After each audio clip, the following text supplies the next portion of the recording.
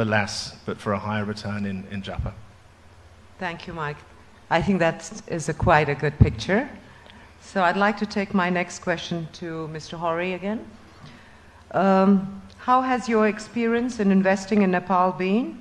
How do you see the prospect of Nepal developing itself to create new destination and tourism infrastructure? Mr. Hori.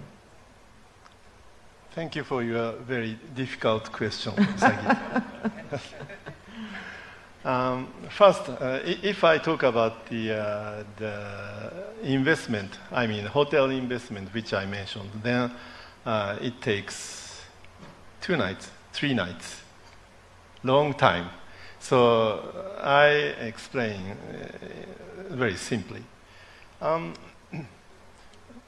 In our case, we started our investment in 2012. We were a bit optimistic because the hotel is very popular industry in here, and there are lots of resources. And sort of on a private basis, we asked a guy to lead the project. At the early stage, it worked very well, but with the turning point of earthquake, it has slowed down, and it's in time-wise, cost-wise, overrun, to be honest. So we reflect that we should have the solid, more organized, more official team at the very beginning, which covers not only the construction itself, but the relationship with village people, relationship with government authorities. If we did so, then the picture would be much different. One reason is that the number of the investment from Japan is very few. Actually, I used to be work in a bank, SMBC, and we had taken care of lots of investment projects, Thailand, Malaysia, some Asian countries. But for those countries, there are lots of experiences in Japan. And for example, we have named JETRO, Japan Export Trade Investment Organization, and they are very good partner for us. They advise us, they suggest us. But in this case, they have very few knowledge about Nepal. So we had to manage almost by ourselves. So if we team up with Nepali, how should I say, experienced people, and we had clearer strategy from the very beginning, then the hotel might have started already.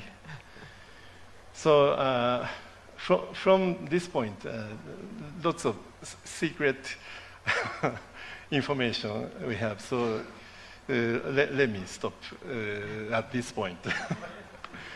But you know, Mr. Hori, what you just said, I think would be applicable to any other country. If you don't have a great team on board, on grounds, yes. And if there isn't a clear picture of how you want to move forward, I think this would be a problem faced anyway. It's not specific to Nepal, yeah, I think. In short, but I think it's great for the future investors to hear that you do need a solid partner or a team on board, like in any other country. Nepal is not different. We do have an amazing people, but we still have to have a team that's concretely knowing what they're doing and where they're going and what needs to be done, a relationship with the local villagers and the local people. So definitely, I think that would apply in any other country. It's not too late. Yes, it's still not too late. But we still have one more question from you, which is, how do you see the prospect of Nepal developing itself to create new destinations and tourism infrastructure? It's also quite difficult because, as they mentioned, we may have the Singapore type, or simply speaking, the Disneyland type of facility to attract people. Yes, this is one solution. But the Nepal has the country of long history, lots of heritage.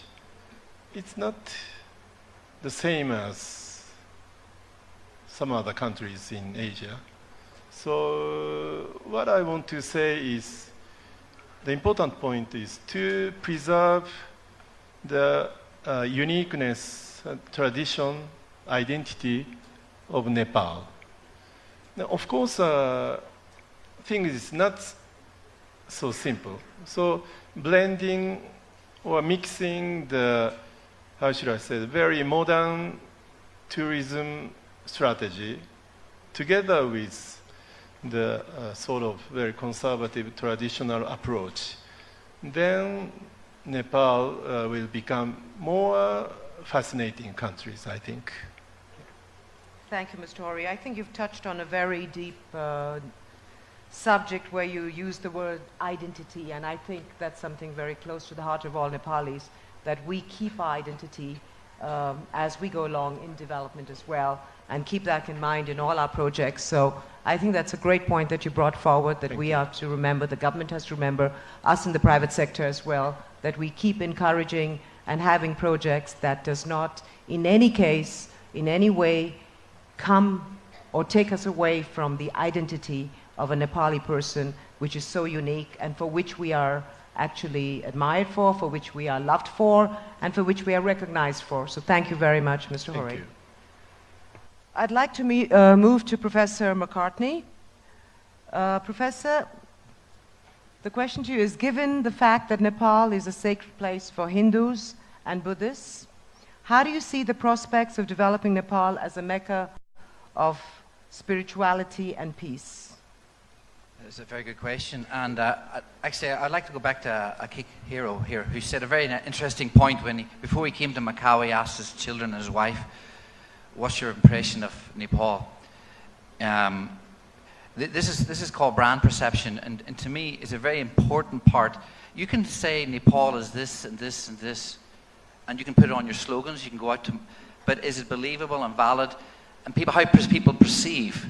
And if it's a neutral perception, is as bad as a negative perception we have found in the world. People don't get on an aeroplane unless they have a positive image perception of your destination. So I think it's a very valid point. If you say we're a destination of pilgrimage, we're a destination of adventure tourism, or we're a destination of this, it has to be a believable pitch. So before you go to campaign ideas over the next 5-10 years, go to your potential markets and see what they think of Nepal, and then you maybe get a bit of realism how you may have to adjust your marketing campaigns. Because destination image perception is an extremely important part of the process of bringing new tourists who are going to spend more, niche tourists who are going to stay longer, and so forth. So I just wanted to bring up on that point. When we look at issues of spiritual tourism and a mecca for peace, again, my answer is yes, Nepal could be, but you have to be, this particular special interest tourism, you have to be very understanding of the local people when you introduce this one. I mean, when you go to Rome, many people will go to the Vatican. It's part of their visit. But Rome has already ramped up for tourism arrivals, so it can access for thousands of people walking around. And when I go to places of pilgrimage or worship, and the tourists are gazing in at your place of worship as you're in a temple or a holy spot, how do you react to that? So there has to be it has to be really well thought out if you're going to introduce this into as part of your tourism product. Because locals are going to be involved, the community is going to be involved. It's part of their, in being Hindu and being Buddhist, it's part of their everyday practice. And then you're going to have a gazing tourist. So you have to be careful about how you implement this one in a sensitive and meaningful way. I think it's a strong pitch, but you have to do it in a very, I think today we talk about a sustainable tourism, and that's a big buzzword now globally, is do it in a way that does not negatively impact your community. So the answer is yes, it can, but again, you have to do it in a very, with safeguards. I think another area you could actually look at is when we look at is festivals. I think one of the things you didn't mention here is your year-round festivals. Festivals are very important, can be a very important attraction tool for many tourists to become and be involved in and respect your culture. Because by being, we always talk about here's a product, here's a product, here's a product. We have moved a long way from that 10, 20 years ago in tourism. It's all about experiences, exploring and putting on social media and telling my friends this is what I'm doing. Tourism is not about a presentation of products. Tourism is a presentation of potential experiences. That's what tourism is today. So my experiences at your festivals or your religious gatherings, they want to share that. It's not about a product. So you have to change your mind think. All right? So when we talk about this is my product, you're wrong. This is about how do all these new tourists come here because they want to have experiences. The new tourists, for sure, everybody has a mobile here, and I'm sure even during this talk has had a little look at their WeChat or WhatsApp. So everybody is socially engaged, looking at images and so forth. So you have to get real about today, about how we market and how we put those experiences across. I think as a final comment today is, I always like to say, and I didn't start, tourism is the world's #1 industry. I'd like to say thank you for sitting in this one today. We are the world's #1 industry. All the other industries benefit from us, communication, water, and so forth.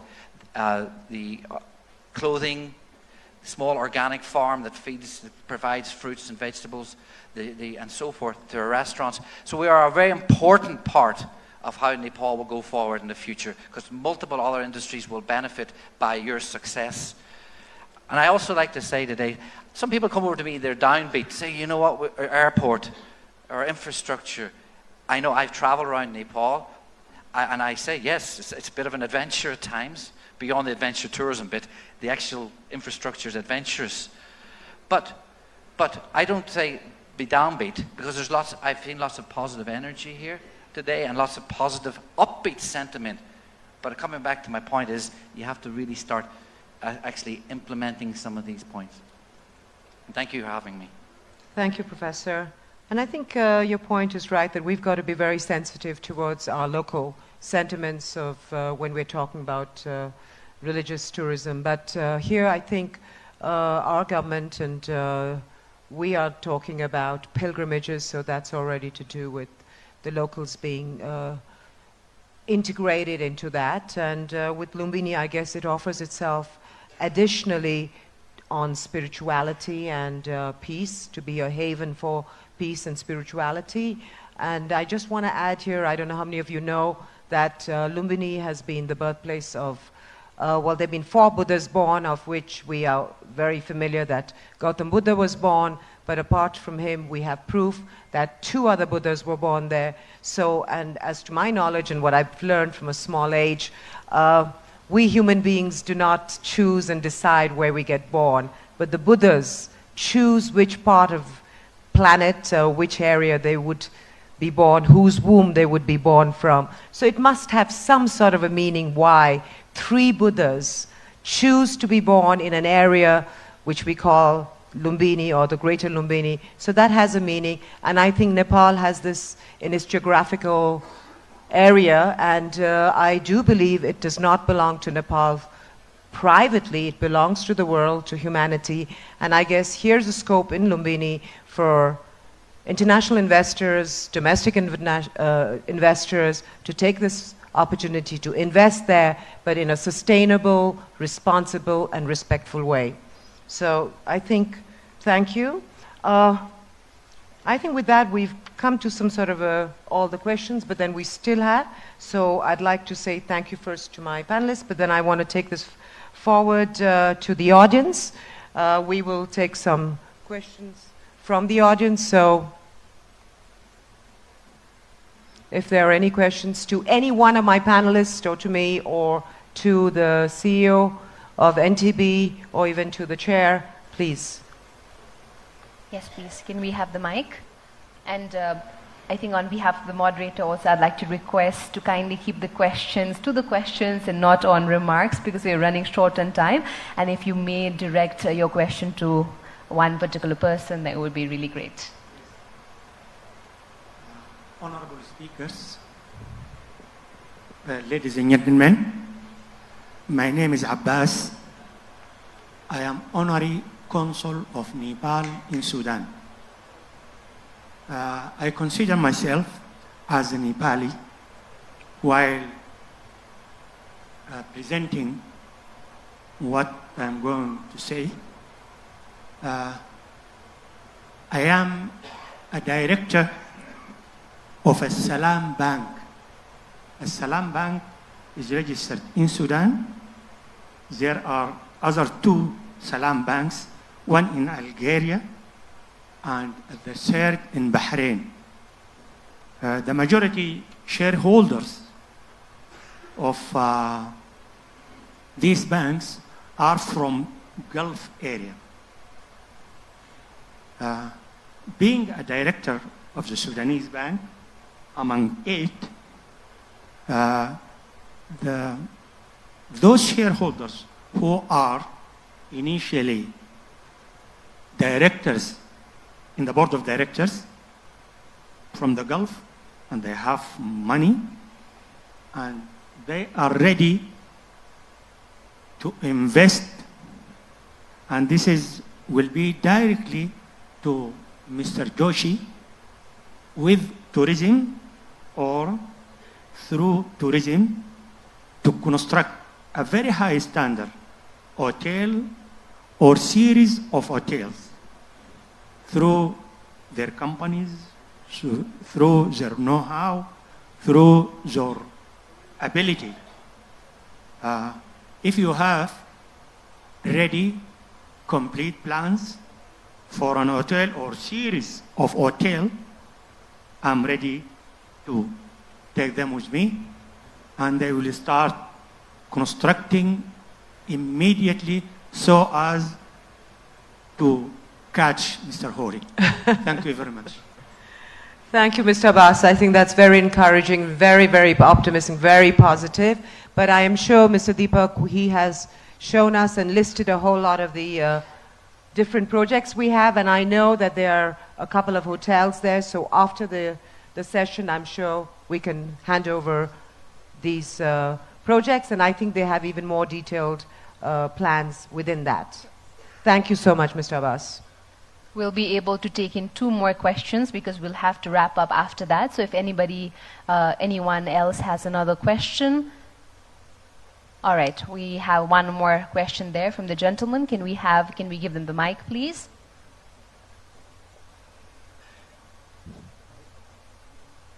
Once again, just your name and who you're directing your question to.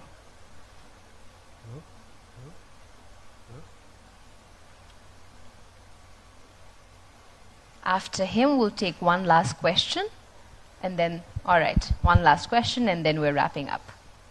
So my name is Madhu, and I am from Macau. So my question to you is Mr. Glenn and Mike. So I went to Macau in 1999, and so right now, where Macau is, and then the analysts in Macau and academics in Macau are saying that Nepal has potential to become next Macau, because we share the same elements with the Macau to China. So don't you or Glenn and Mike, that should we promote Nepal as a destination for integrated resort? So when I say the integrated resort, then of course it has the casino, but casino is not a big part of the whole offering. So it will be just around 3 or 5% of the whole offering. So do you guys can think we have this opportunity to promote as an integrated resort destination? Thank you. I'll start, and I'll say yes because Mike's sitting beside me, Matt. So actually, you come to a good point. I mean, integrated resorts, but the word that people don't like sometimes is casino. So I've just come back from Japan. I'm going back to Japan in a few months' time to talk to the government. The government there last year legalized casinos for the first time, and are going to build 3 integrated resorts at $10 billion each. 10 billion each. That's price tag. And they have so many international suitors right now. They can pick and choose which one. Each city, it might be Osaka, Tokyo, and so forth. And the plan of the Prime Minister's Office of Japan is to revitalize tourism and trade. That is the main reason they're going to have IRs. They don't mention the word casinos. So by 2025, Japan will have 3 large integrated resorts, maybe off the same like Marina Bay Sands. So they've chosen that as a pathway to revitalize and rejuvenate their tourism and trade.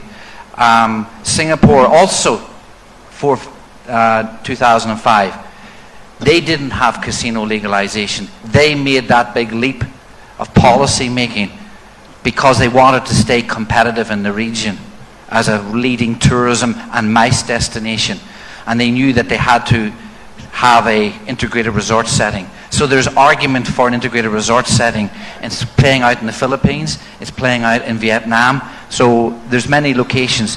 Casinos only 3% of a 97% non-gaming of arenas, malls, shopping malls, entertainment, food and beverage, and is a significant economic driver and an employment factor. And I'd like Mike probably to do more statistics. So I'll be brief. So thanks for the question, Madhu, and thanks, Glenn. I think, really for us, the challenge really for us, I think certainly the question, the answer to your question is yes. The great thing about Nepal is, of course, you have a 1,200 kilometer land border with India, all of which is crossable. So I think one of the things that we've, in our own master plan, is to have 3, and each successive time change it a little bit to make sure that it suits the surrounds and the surrounding area and delivers what the customers would like and leverages off what's already there. The great thing about what we've done on a much, much smaller scale, of course, with $50 million, smaller compared with these other countries, but fairly large in Nepal, is to enhance or at least deliver a reason, or at least a place for people to then come and access Lumbini and access Chitwan. So our vision really is that soon, and I think the Tourism Board and Civil Aviation Network Association of Nepal had the same idea, really, that Gautam Buddha should have about 40% of the international tourists this time next year. So what we've done really is build a resort large enough to have so many different things going on, whether it's casinos or meetings, conventions, weddings is obviously a huge thing here in Nepal and also in India. So learning from our 5 or 6 years worth of experience and adding all of these elements to a large-scale integrated mixed-use property, we hope again is going to galvanize and facilitate a huge amount of tourism to the Terai area. So Chitwan, and then also Rangram, Palpa, Kapilvastu, Devadeha, all of the wonderful places that necessarily people might not have heard of, and even if they had, coming through Kathmandu and doing an additional flight adds expense and adds time. So I think the ability for people to come immediately there, we're hoping again as we add more hotel rooms and as other Nepalis and non-Nepalis add hotel rooms to that area, that will become essentially a second entry to Nepal and really bring Lumbini to the fore and help Nepal to generate its expected 2 million tourists in 2020. So, and we hope other people will come too. I think the proof that we've been able to overcome the issues and now to begin to start making a return should entice other investors from abroad, again using that Singapore or the Japanese model as opposed to what used to be here in Nepal, which is a separation between the hotel and the operators of these types of venues. Thank you so much. I think we have one more question. Yes, I think that will be the last question for this session. Can someone please hand over the cordless mic to the gentleman? Again, your name, where you're from, and your question, and who you direct the question to, sir. Hello, can you hear?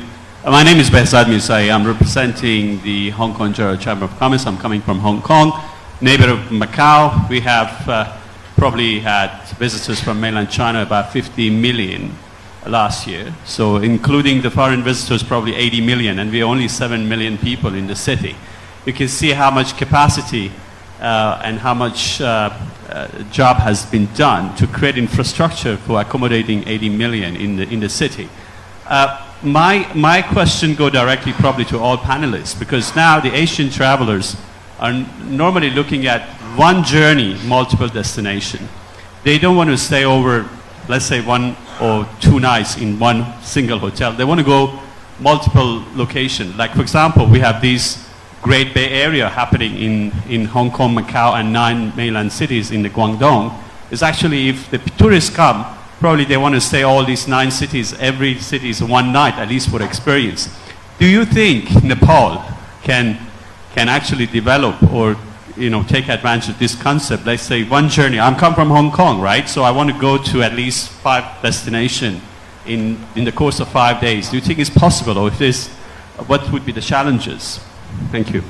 Thank you so much, and I think I'll just try to answer that. I think absolutely possible, and in fact, we have many destinations in Nepal that have already been developed. So if you would come to Kathmandu, you would probably do Kathmandu city, and then you have the other 2 cities, but then you would take a 2-night for the jungle safari. So as Mr. Deepak pointed out, we are a vertical country. So right from the plains up to the highest mountains. So there is no dearth of products or experiences in this country. It's all about packaging it together. So you could be doing a beautiful experiential program for 14 nights to 20 nights here, and have each of those destinations as an experience unique from each other. So absolutely, yes. If anybody else would like to add to that? Maybe Deepak, would you like to?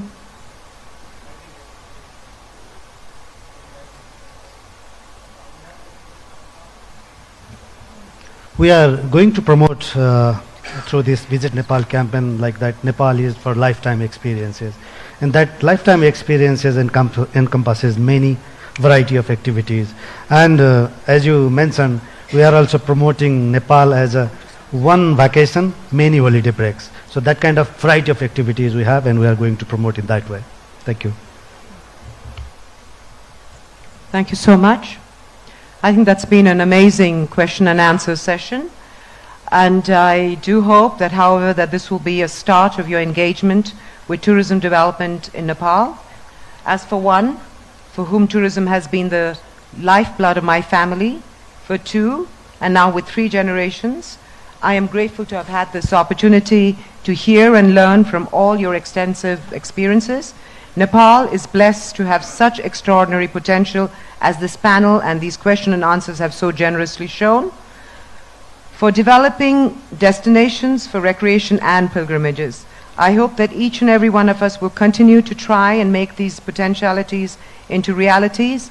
And I want to say thank you very much to my panelists, to everybody in the hall for such a, I think, proactive and wonderful session. I would like to now request our chair, Dr. Ram Kumar Puyal, Member, National Planning Commission, to please do the wrap-up. Your Honorable Dr. Ram Kumar Puyal.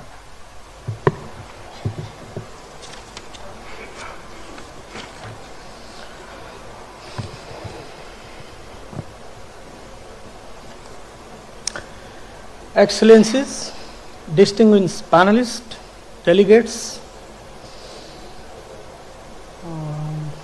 high-level government officers, all the foreign participants, and ladies and gentlemen, namaste and very good afternoon.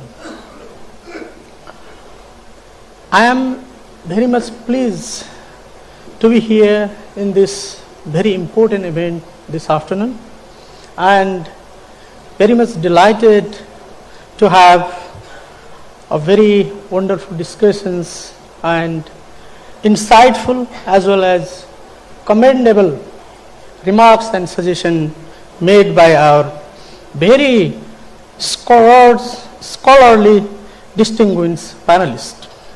The thoughts, ideas, experience and suggestions that has been given by our panelists are the noble ideas for us to promote our tourism business and to develop a tourism industry as one of the leading industries in Nepal. So I would like to thank all the panelists from the core of my heart for your insightful suggestion, dedication and contribution, and you have come to Kathmandu all the way from your long distance. Thank you very much. At the meantime, I would like to appreciate a lot to our colleagues, Mr. Deepak Raj Joshi, who highlighted our potentialities and our unique wealth of this globe so that we can develop a very ambitious plan to make tourism sector as one of the leading driving economic sectors of this nation.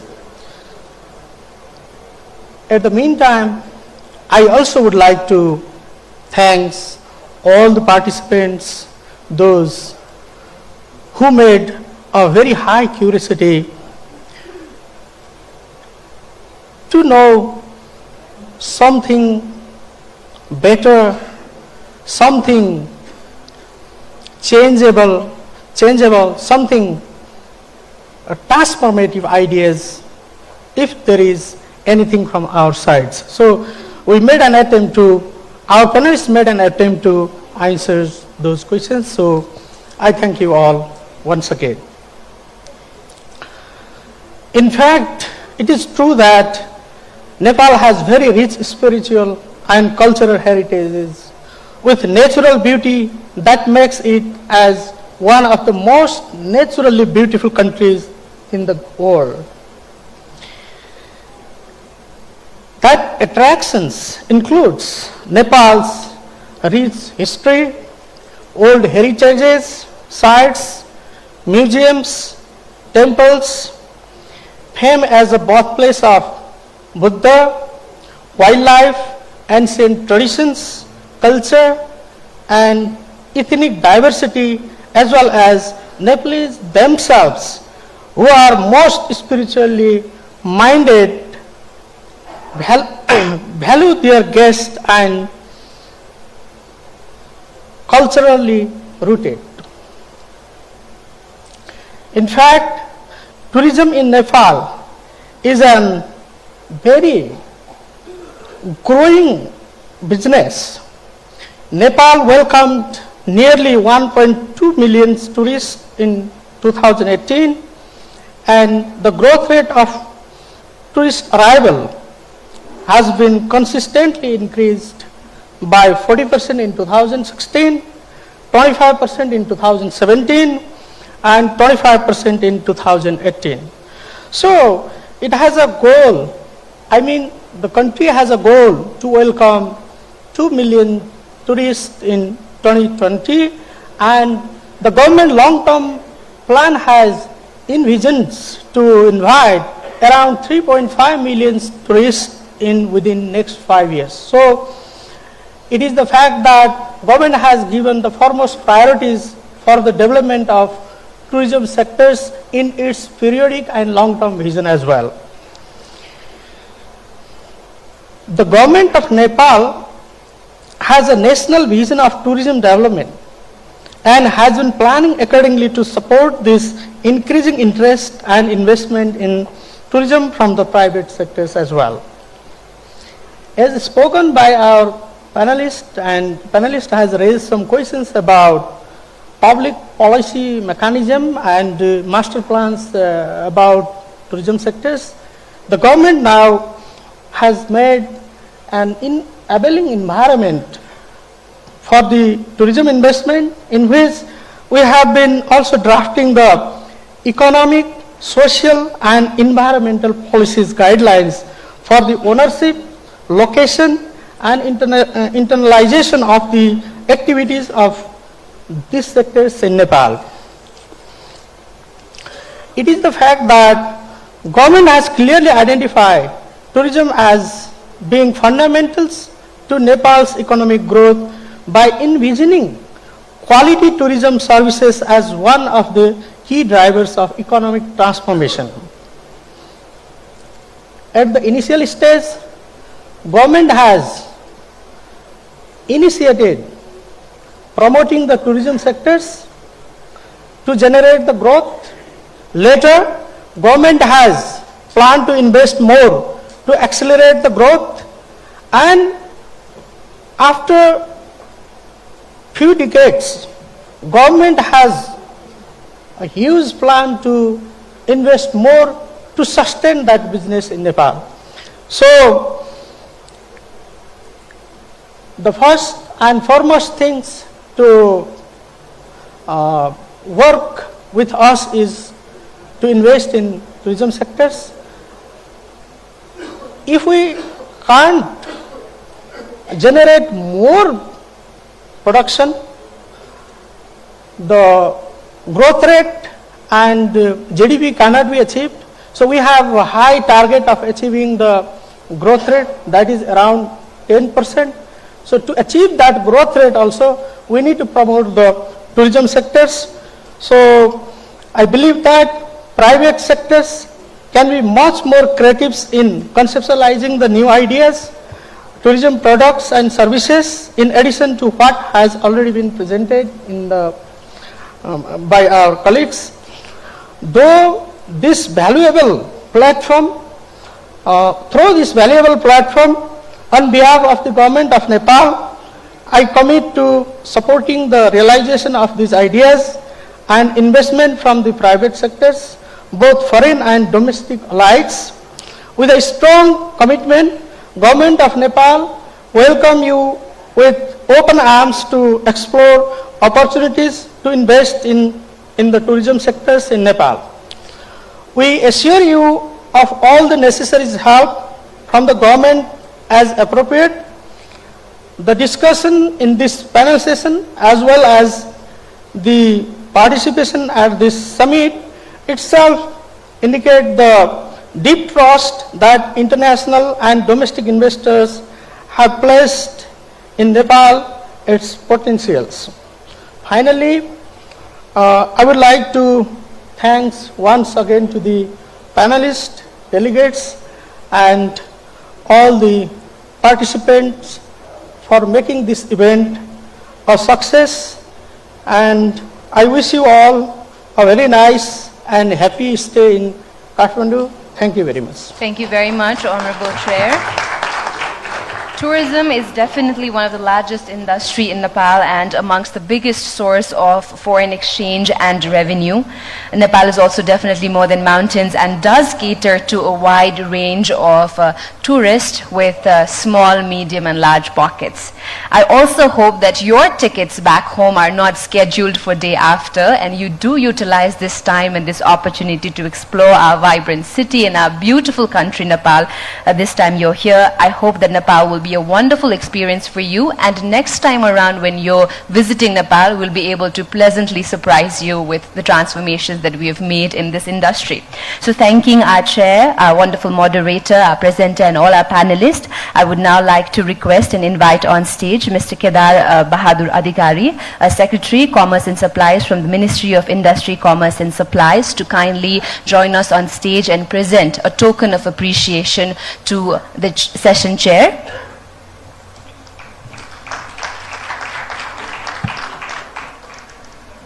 Would like to request Honorable Dr. Ramkumar Fuyal, Member, National Planning Commission, our chair for this session, to accept a small token of appreciation from our side. Our presenter for this session, Mr. Deepak Raj Joshi, CEO, Nepal Tourism Board. Our wonderful moderator for this session, Ms. Sangeeta Shrestha, Managing Director, Dwarka's Group of Hotels and Resorts. And may I say, I was also very proud for a woman So with this session, we come towards the end of all the sessions for day 1 of Nepal Investment Summit. I hope that all the sessions today have added value to your life and informed you on the various changes that are happening in the various areas of investment. I'd also like to inform all of you that tonight's dinner is being hosted by Right Honorable Prime Minister of Nepal, Mr. K.P. Sharma Oli, and would like to request and invite all of you to join us for dinner. And I hope to see you all tomorrow at the Nepal Investment Summit Day 2. And I'd also like to inform all of you that at 7 p.m. here in this hall, we have a wonderful performance by Kutumba Band. And thank everyone for joining here. And after this session, we have a small side event that is happening on women in business and youth entrepreneurship development. So if any of you are interested in any of these 2 topics, I'd humbly like to request you to kindly do join us for side event. So thank you so much. It has been a pleasure hosting day 1 of Nepal Investment Summit. I hope to see you all energized tomorrow at the second day of Nepal Investment Summit. Thank you very much and have a good evening ahead.